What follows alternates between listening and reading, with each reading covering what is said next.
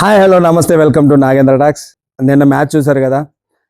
ఎంత ఉత్కంఠభరితంగా జరిగింది ఏంటని చేశారు కదా. చాలా రోజుల తర్వాత కోహ్లీ కమ్బ్యాక్ అసలు మామూలుగా లేదనమాట. హాఫ్ సెంచరీతో చెలరేగిపోయాడు అనమాట కోహ్లీ.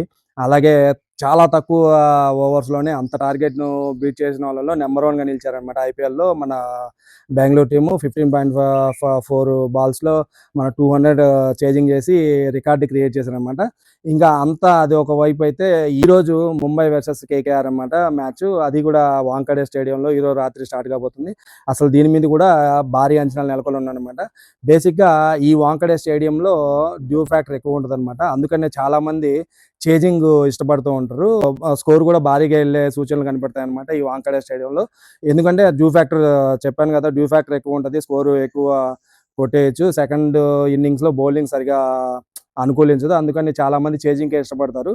సో మాక్సిమం టాస్ పలికిన వాళ్ళు ఖచ్చితంగా చేజింగ్ ప్రిఫర్ చేస్తారు.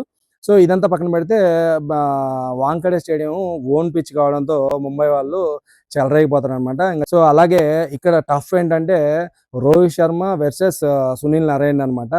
కాంబినేషన్ వచ్చి ఎలా ఉండబోతుందంటే మామూలుగా ఉండదన్నమాట, ఆ రేంజ్లో ఉంటుంది. ఒకవైపు స్పిన్ అటాక్ అనేది నరేన్ స్పిన్ అటాక్ ఎలా ఉంటుందో అందరికీ తెలిసిందే. ఆ స్పిన్ అటాక్ను ఎలా రోహిత్ శర్మ ఫేస్ చేస్తాడనేది చాలా మంది మైండ్లో ఉన్నదనమాట.